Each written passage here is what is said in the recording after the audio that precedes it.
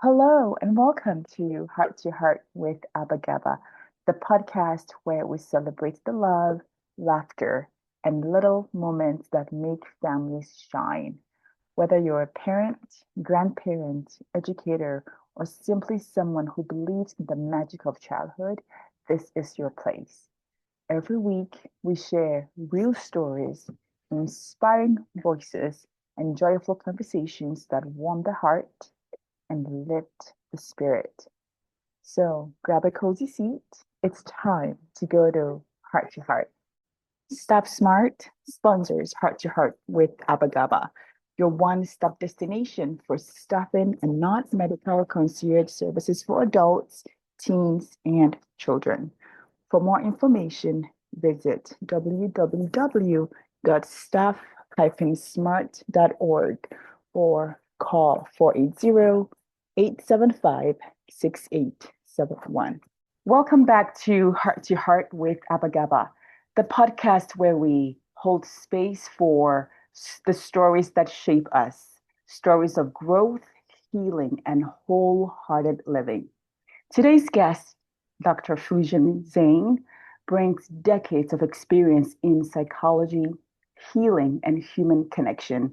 She's an international speaker, author, psychotherapist, host of the Inner Voice podcast, and creator of the Awareness Integration Theory, an evidence based model that helps individuals release depression, reduce anxiety, and build lasting self esteem.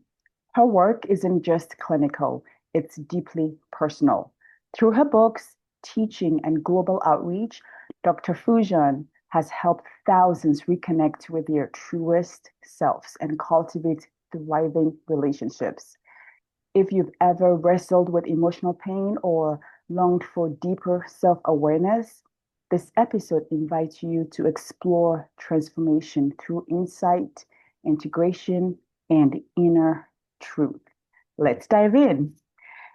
Dr. Fujan, I'm conversing with you from Mesa, Arizona. Please tell our listeners where we are connecting from and add a short bio.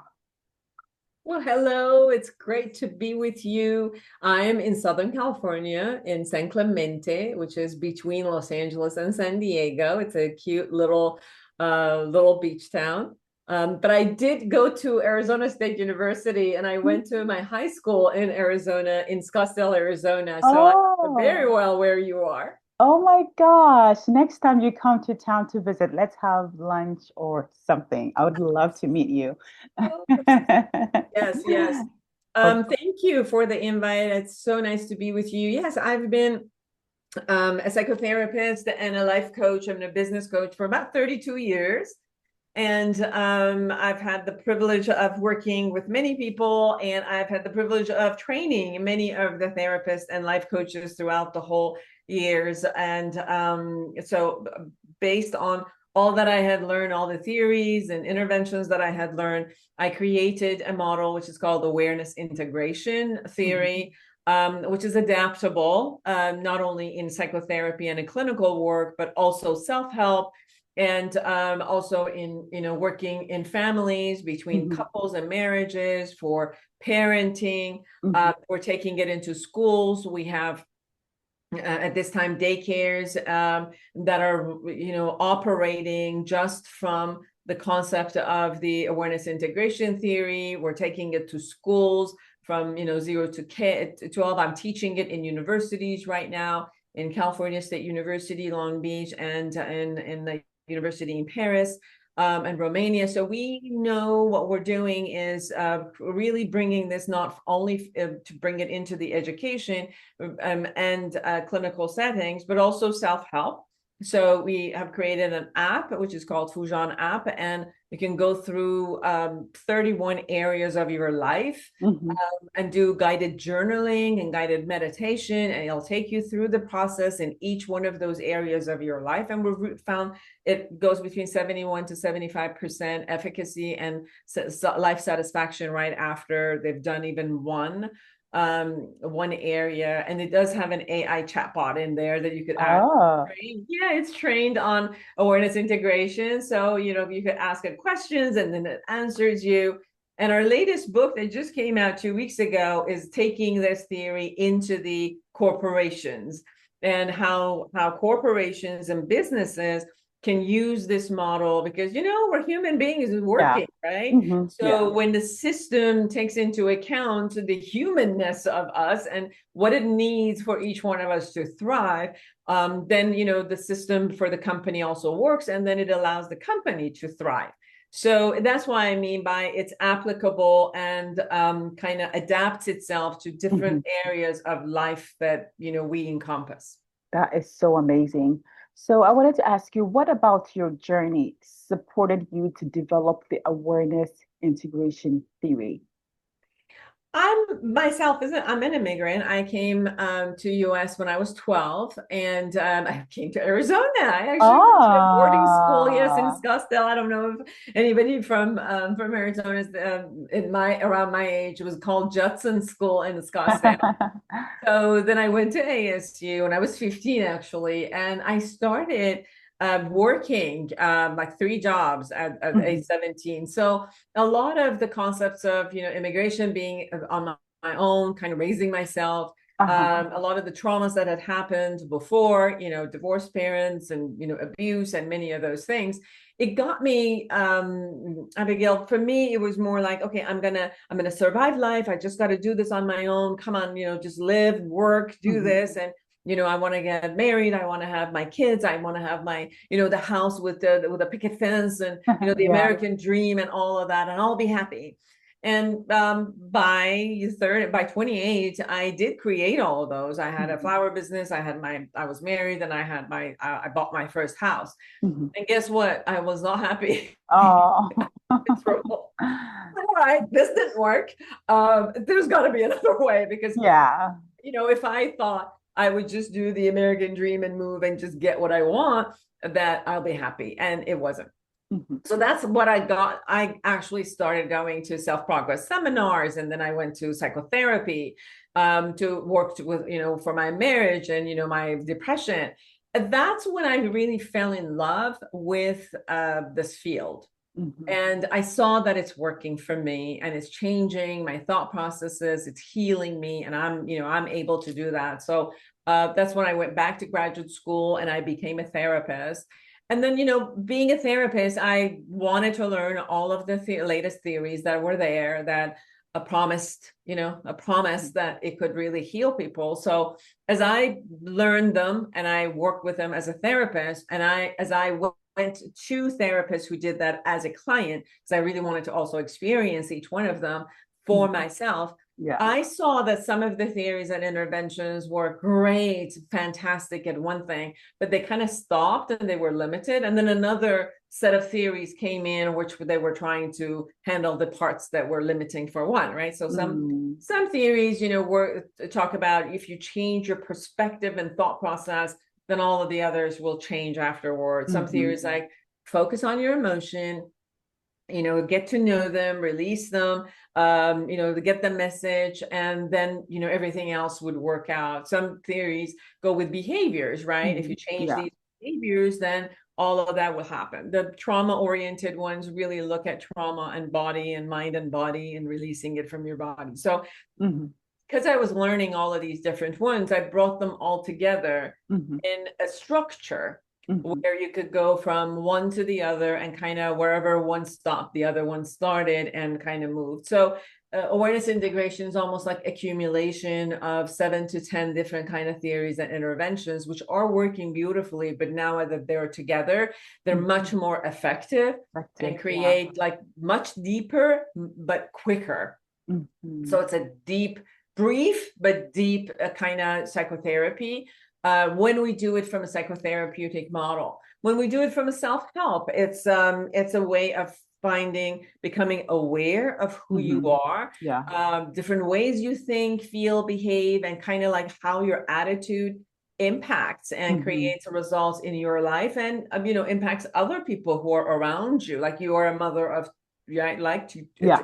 Yeah. so who you are and your mood is going to affect your little babies, Oh right? yeah. Oh yeah. And so the awareness of who am I inside and how Yeah. am I experiencing myself outside, because everything that happens from me to the outside also impacts the outside. The same way, outside my world also impacts me. Right. Now, Right. Right. I can't control what's happening out there. Right. I can certainly learn how to manage and control my reactions, my Mhm. perceptions, how I handle my thought and emotion, how I handle my behavior, Yes. and what kind of impact am I choosing to, kind of like leave with others. What are my Mhm. assumptions? All day I might be assuming things and Mhm. going on and with my head and then never reality checking and seeing, is my assumption really accurate, or is it Right. just, I'm living in my own hallucinations and delusions and thinking that I'm accurate. And then you also kind of have a relationship with yourself, right? Like Mhm. how I think about myself sometimes becomes more important than what other people think of me. Although we all think about, oh, I'm worried about my reputation or how I come across. I say actually, it's mostly what we think of ourselves that Mhm. is the key, right? So even Right. if you say to me, I like what you said, Foojan, if I think it Mhm. didn't come through right, I didn't say it the way I wanted to, the way that I criticize myself is Uh-huh. always going to have more significance for me than the way others would, right? So, but Yes. we've learned this way of treating ourselves from our childhood, right? Like the way that our parents treated us, the way our teachers, our mentors treated us. We took that in, we interjected it inside. So we Mhm. kind of have a recording inside of our head in how then we treat ourselves consistently. Mhm. So the awareness of all of these pieces allows us to see how it is, and then how, if it works for me, awesome. Let me see what works. What are my strengths? What are the tools that I'm using that are Mhm. amazing and great? And let me Mhm. hold them. Let me take them on with me. Mhm. And which ones are not using? They're not working for me. They are sabotaging me in my life and they're making me feel miserable. And then start looking at those and then go back and heal and see, when did I pick this up? How come I picked this up? How come I say Right. this to myself? Or how did I come up with this theory about myself of the world? And then we could challenge it, we could heal it, we could bring it and become a person where I can be intentional in what I want to do and how I want to do things, and then set goals in my life where I can achieve things and be fulfilled with what my choices are and how I'm going forward. And instead of only being in my vulnerabilities, I can live on my strength. That is powerful. So, what are the principles of the awareness integration theory? The principles are, first of all, that the reality that we hold, so the neuroscience has said this, quantum physics has said this, that the reality that we are facing is really a subjective reality. I'm the Yeah. one who's creating my reality, and I'll say co-creating my reality based on what I see out there, right? Right. So my Right. sixth sense, five senses, plus, intuitive sense picks up data from outside, picks up information, and then I set it up. I make meanings out of it. I perceive it a particular way. I create a storyline out of it. So first of all, I got to own the story I created and I not think love this, that. right, and not think this is like set in cement and I can be changed. So you keep hearing from people like, I'm the way I am, I'm not going to change. And it's like, whether you like it or not, you're changing, right? I mean, that's, Yeah. that's inevitable that you're going to be changing. That the whole Yeah. point is either you get stuck and you keep going back, or Uh-huh. you're changing and you're not noticing that you're changing. So Right. can I be intentional in the way that I change? Oh, I love that. So I imagine those principles work together in really intentional ways. I love Yes. what you said. Can you share how someone might begin applying them in their own life? Yes, absolutely. So one of the things is, first of all, we want to look at Abigail, we have different roles. We get into different roles in different areas of our life, right? Yeah. Yeah. So who you are as a podcast host is a different role than who you are as a mate, or who you are as a mother, or Oh, who you yeah. daughter of your parents, right?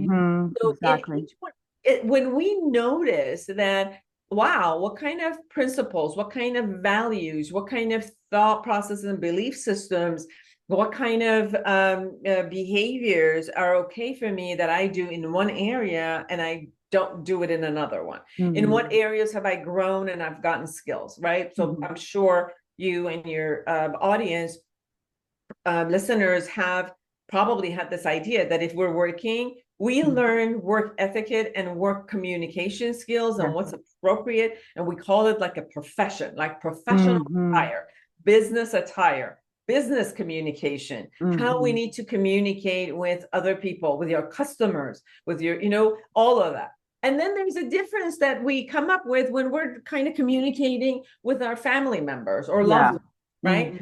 So if I know that I can deal with difficult people out there in such a way, because I've learned the skills of how to handle difficult people out there under the umbrella of business, Uh-huh. well, can I get that skill and bring it? And if somebody in my family members are being difficult at that moment, how can I bring that skill and use it here? It's so that I can be effective. Yeah. Yeah. So part of it is that awareness of looking at, how am I thinking? What am I feeling? What am I doing? And what I'm doing that it works well and I create it. And what am I doing that it's not working? Most people that I see and work, they keep looking at the outside world and says, you change so I can feel better. Only if my friend will change, only if my mate will change, only if my boss stops doing what they're doing, only if the world outside does it the way I want it, then I'll feel satisfied. And that is a delusion. Nobody out there is going to do it Yeah. your way. Yeah. Yeah. They have their own way of doing things. Yeah. So therefore, it would be more about, okay, the world is going to do whatever it's going to do. Right. What am I intending to do with what the world is going to do in order to make myself be more successful, feel better, have a better mood, and feel that I'm fulfilled in life.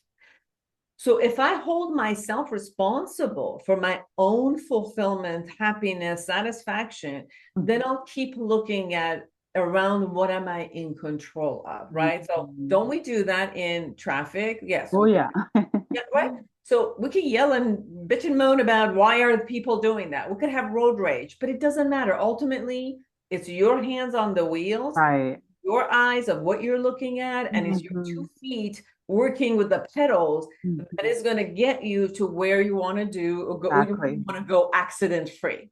Yes. Yes.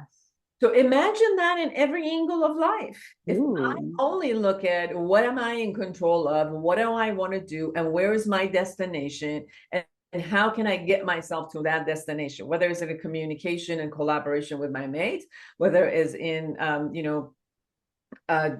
looking at how to raise my children, whether it's, being at work and seeing how I can do a collaborative work with my teammates, every angle that you look at, if you see the data, see the information out there, but come back and look at what part of this I can be intentional and move, because in reality, the only place that I can steer is me and not the rest of the world. Oh my goodness. You are wonderful at what you do. So, how does AIT clear the past? One of the things that happens, Abigail, in the past is that when our system as a human being gets overwhelmed, we disconnect from that Disconnect. process, Yeah. which is overwhelmed, in order to be able to protect ourselves and move forward and get us out and survive. However, we don't go back and clear this. We don't go back and handle it. And therefore, we end up as a grown up with a lot of different parts of us, which are kind of stuck in these different blocks. Oh, yeah, I can see that. And then kind of like we forget, or we prefer to forget, because we don't want to experience the overwhelm. but they're still in the closet and keep knocking at the door and showing up in our day. How do they show up? I'm sure you've had that experience. I've had it, and our listeners, which is sometimes you have this intense emotion that shows up and this intense reaction that shows up. And at one point you're like, okay, that was too intense for what was happening. Yeah, like I can't even control myself. And it's like, those are the ones who are left in the closet and they really want to come out. So they're yelling and screaming and, coming out and getting triggered. So based on how we witness our triggers, that is coming as an intense emotion that is showing up at that moment. And then we look at, honor the emotion, and then we'll go from the emotion and the thought process to the memories line that we made up something, right? That we experienced this emotion and we kind of set those things to ourselves. The point is, when we go to memory, there's a lot of theories that you go back to the past and, you check it in, and then, you try to integrate it. The AIT, what we do is, although we accept and look at the vulnerabilities and take care, obviously at that moment, the system was overwhelmed because we felt powerless, because we were helpless at that moment, because we were in the intense vulnerability, right? So yes, we're going to acknowledge those and take care of those. But in the same time, we don't want to leave it at that. We want to also start looking at the same time that I was vulnerable, there was some strength, there was a resiliency. If I did not die out of that, if I did not go absolutely psychotic, I must have had some strength, must have had some skills. I strategized in a particular way. Even if I didn't say anything, I just kind of played dead. That's a strategy. Some animals play dead as a strategy. And if at that moment I froze and was just quiet until whatever it was it passed, it's not that I was just powerless. I was powerless. It's not just that I was victimized. I was victimized at that moment. But I can also look at the strength that I had, that I survived it, right? So I can go back and look at events and look at that event particularly with my strength and resiliency, and look at that event as in one event, which does not necessarily make up who I am as a character. I think what we do is that because one event happens, I make up something about myself as if it's general, as if it's all the time. So if I was powerless in one scenario, I will say it as if I am powerless, as if it's general and all time.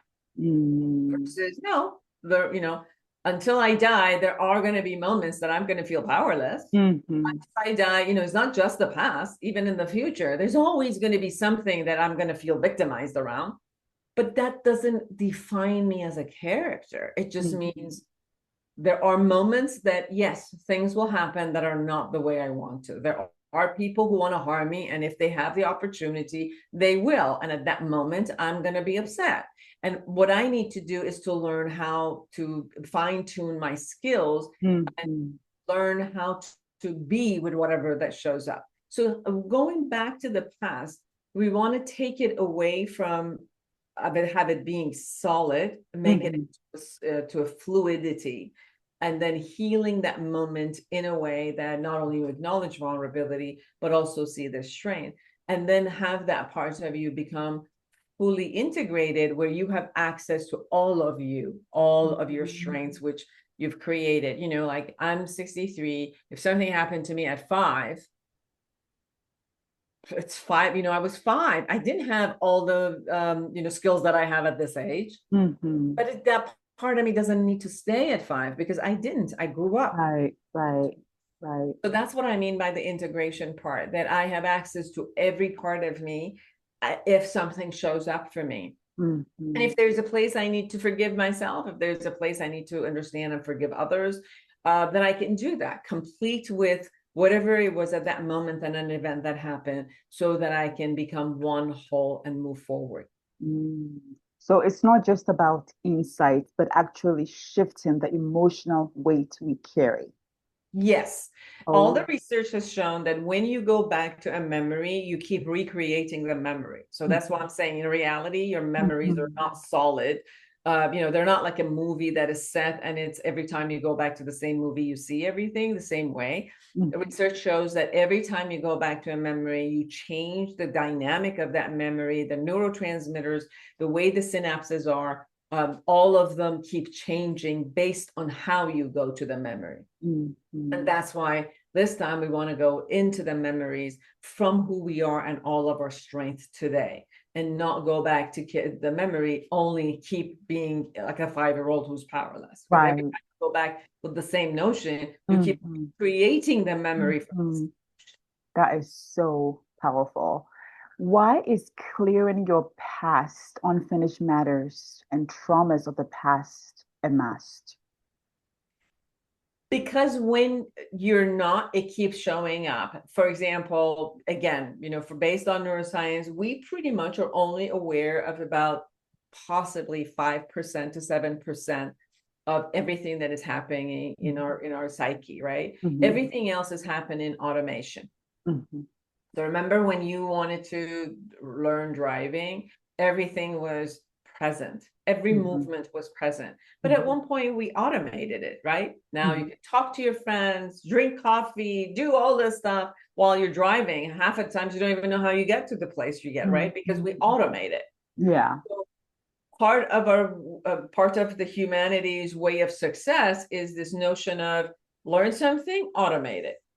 But you can imagine if I made up something about myself or the world around a very young age with only the capacity of thinking and the wisdom of that young age, but I made a decision about my identity and who I am, the back, it always works as an automation. So automatically, that way of thinking, automatic default point would always be that. Now, if that works, awesome. But if it's not working, or it worked for a while, but it's no longer working, I need to have the ability to recognize it, become aware of it, and upgrade it. Yes. Upgrade it to who I am today versus for it to be, systematically that way. Now imagine, for example, you've got 2 babies right now that they both have to wear diapers. Why? Because their muscles are not set up yet for that. But if your babies thought that the only way that I can protect myself is to always wear a diaper, then they're limiting themselves. They're not going to use those muscles that are at one point, at what age our bodies are capable of doing that. They're not going to use that muscle and, make it better because basically they made up their mind that this is the only way so the only way that it works for me, right?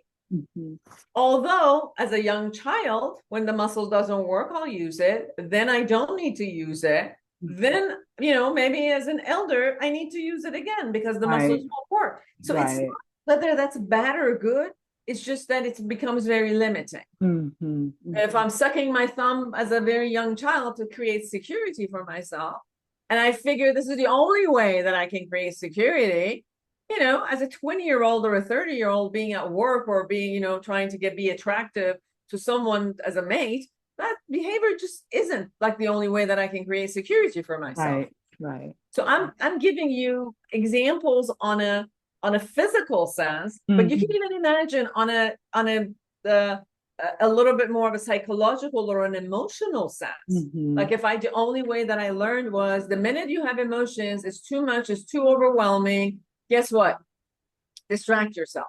Okay, it works for a while, but if that's the only way that you made a decision that I'm going to handle my emotions, you're going to miss out a lot. And it doesn't work everywhere because you can't always distract yourself. You have to deal with that emotion and move. So that awareness of what am I stuck in that at one point worked, that's why I used it, but it's no longer working. And the minute I become aware of that, then I'll create new skills. I learn whatever else to do in order to upgrade myself. I love that because that's a really growth mindset. Sometimes people worry that revisiting the past might be too painful or destabilizing. How does AIT make that process safer and more empowering? That's a great question, Abigail. So I think, first of all, what I say is, if you, without having those skills and resilience, at one point you were able to handle it and move forward, Yeah. I promise you, with who you are today and the skills you have, definitely you're going to be able to handle it. Is it going to be overwhelming for a little while? Yeah. You can Yeah. handle it. That's the Yeah. first. The second part would be to train someone who is not trained in handling their emotion, just with having the skills of tolerating the day-to-day emotion. Mhm. We'll start with their day-to-day. And you know how you want to go into a cold water pool? Mhm. You know, you put your toes and then you get used to it. And then, Yeah. you know, and if it's too much, you take it out and then you get your courage and then you put your toe. And then slowly but surely you take the next, you know, part of your body. Now, some Mhm. people just jump in, Right. handle it. Some people are like, no, I'm not going to jump in. I'm going to do this gradually.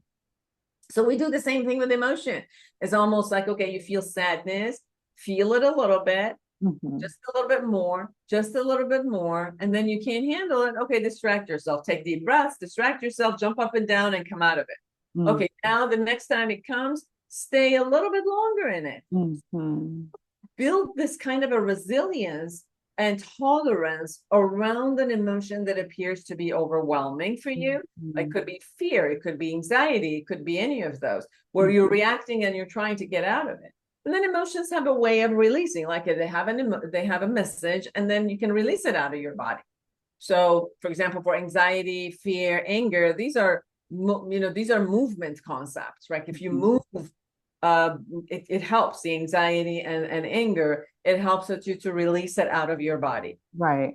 For fear, you might need to create protection. So it's like wrap around someplace, go into a smaller place, make sure that you're in a safer place, or create safety for yourself, right? Sadness needs nurturing. So talk to someone who can nurture you, you know, go into a warm bath and allow your body to be nurtured. So the Oh. more that you recognize these emotions and see what is the message behind it, Mhm. you take it and then you take care of your body and your physical essence, because emotions are only happening in your body. So then you take emotion, you take care of your body, then you see what the message of that emotion is, and then you go into your cognitive part to see whether that, you know, how to handle that emotion. Do you really need to protect yourself? Do you need to do anything about it? Do you need to just, you know, go through your grief and sorrow around it? So it's the notion of understanding and learning about emotion and how to contain them, how to feel them, how to release them, and get the message from them. Mhm. Oh my goodness, that is so powerful. I can't even say enough. Why? I know that we have like 4 minutes and maybe like six, but I really want to ask you this question. Why is intentionality necessary in everyday living? I think it's more allows you to be in control, in management of what you want to create. Even if your intention is, I'm just going to be, you know, serendipitous and allow whatever shows up. That's even intentionality of, I'm just going to take in whatever shows up and enjoy whatever shows up. So Yes. intentionality, first of all, it's a motivation for movement, right? Mhm. So, for example, if I wanted to move my hand, if I wanted to get up and go somewhere, first I have to have an intention to move, or my, Mhm. you know, my brain has to tell my muscles move. So there's an Right. so Yeah. intentionality are really the basis for any type of movement, behavior, or creation. If you're not intending, you're not creating. You're just Right. Right. so instead of being passively receiving or passively reacting from whatever else is there for your survival, then you want to be intentional. You could be a reactive being, or you could be a proactive being, right? So Mhm. in order to be proactive, to create what you want to create, intentionality is a must. So again, you could create intentionality with the subconscious mind, because it does that anyway. You'll wake up in the morning and you'll run your survival show. Or you could also become intentional to go beyond your survival and actually live the life you could create. Mhm.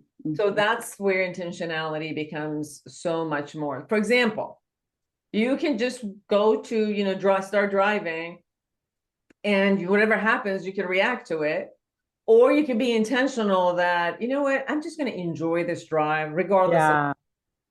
and then it doesn't matter, it doesn't mean that other people won't cross you. It doesn't mean that, there's not going to be red lights everywhere and whatever. It's just because this time you've Mhm. intended, regardless of what happens, I just want to enjoy. Then you'll do something like you'll put your favorite music, Mhm. you'll call your favorite person. You'll do things in order to create an enjoyable time while that drive is happening. Oh, I love that. Dr. Foojan, thank you so much for joining us today on Heart to Heart with Abagaba and sharing your heart, your compassion, wisdom, and decades of experience with us. Thank you Dear, for having me. you're very welcome. Dear listeners, if this episode resonated with you, please consider sharing it with a friend or loved one who may need inspiration today. And we have 1 minute and some change. I would like you to please drop your website, social media handles, and anything else you want to share in less than 1 minute. And thank you again. People want to find me at foojanzeine.com. And if they want to know more about the awareness integration, go to awarenessintegration.com and find the Foojan app in Apple Store or Google Play. Oh, what an honor it has been to be with you today. Aspire Behavior Health also sponsors Heart to Heart with Abagaba. They offer monitoring, counseling, medication, and personal care services in a beautiful residential setting. Contact Aspire CBH at outlook.com or call 480-875-6871. Thank you for joining us for another Heart to Heart moment. I hope today's story touched your heart the way it touched mine. If this episode spoke to you, share it with someone you love. And don't forget to subscribe to this and our YouTube channel so you never miss a moment of connection, inspiration, and joy. The stories and insights shared on Heart to Heart with Abagaba are personal and based on lived experiences. While some of our guests may be licensed professionals in their fields, the content of this podcast should not be considered legal, medical, or mental health advice.